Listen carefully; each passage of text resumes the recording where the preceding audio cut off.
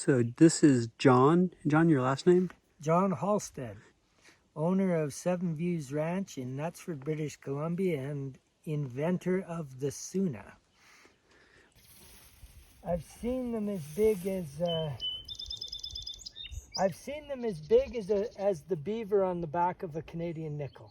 Oh. I've seen them that big, but it's been a long time since I've seen them that big. Now, when you use that reference, you realize you're talking to a monk who's never touched money. Yeah, so a Canadian, well, but a monk who must know what a nickel is. Not a Canadian one.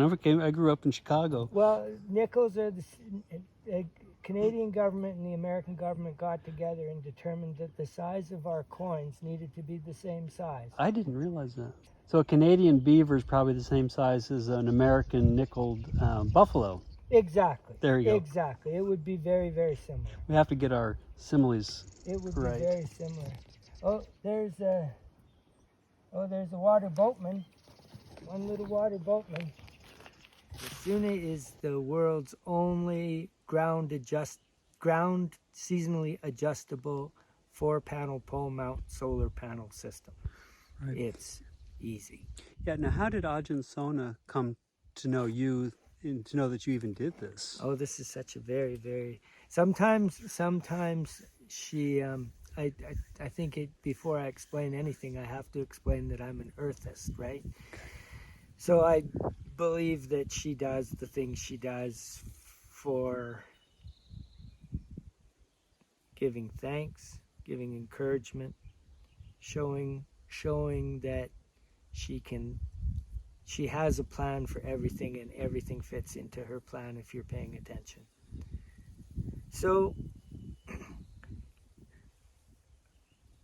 I'm Birken Forestry Monastery's nearest neighbor. He's our nearest neighbor, and that's about 10 kilometers away. 10 kilometers. But there's no one nearer.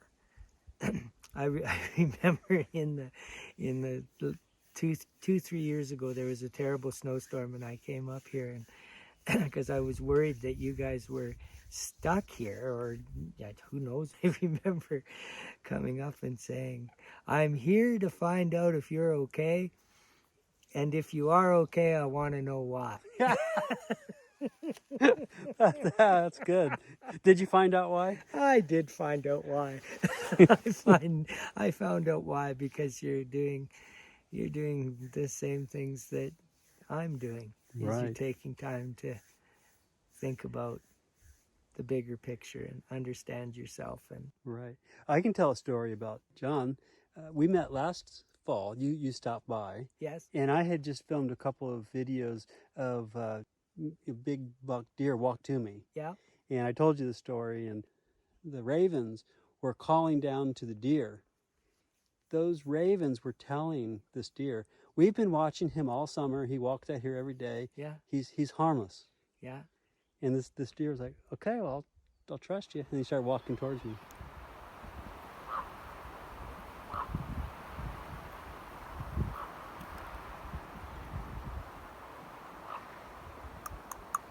It's interesting that the relationship that all of them have, and it's really if you look at Native American, sort of how their belief system is based and what they understand to be true and the stories that they tell.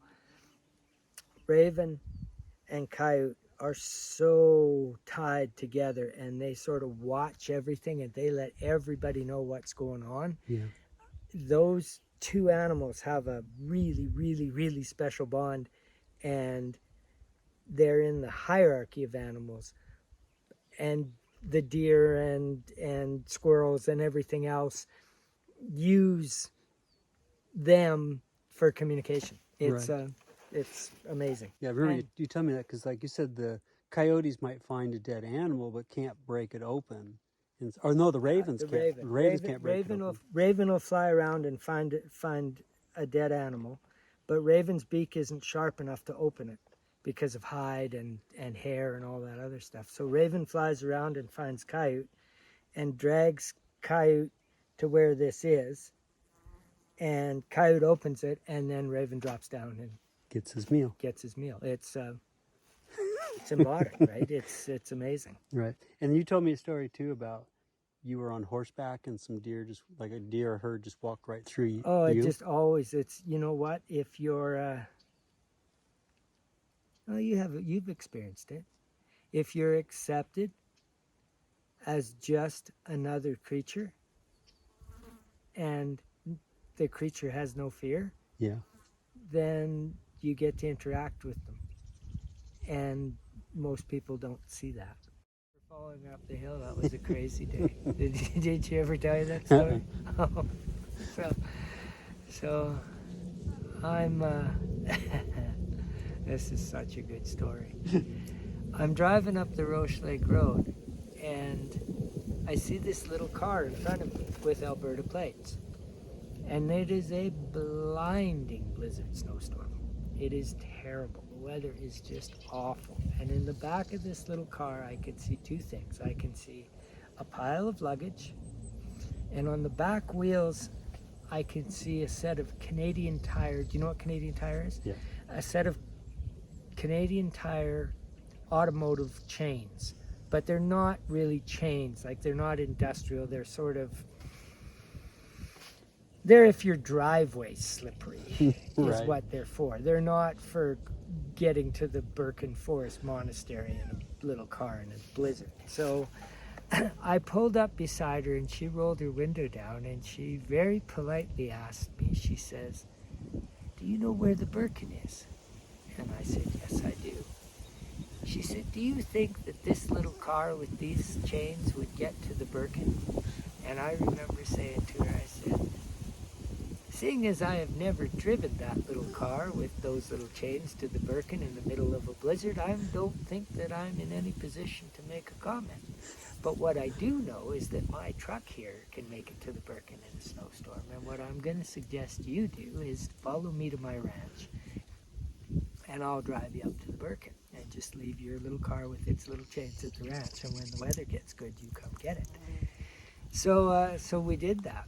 I went and got a tarp and put it in the back and unloaded all her stuff onto the tarp, and then folded the tarp over and loaded her in the truck, and we drove up here and I unloaded her, and it was just a great visit. It was just a great visit.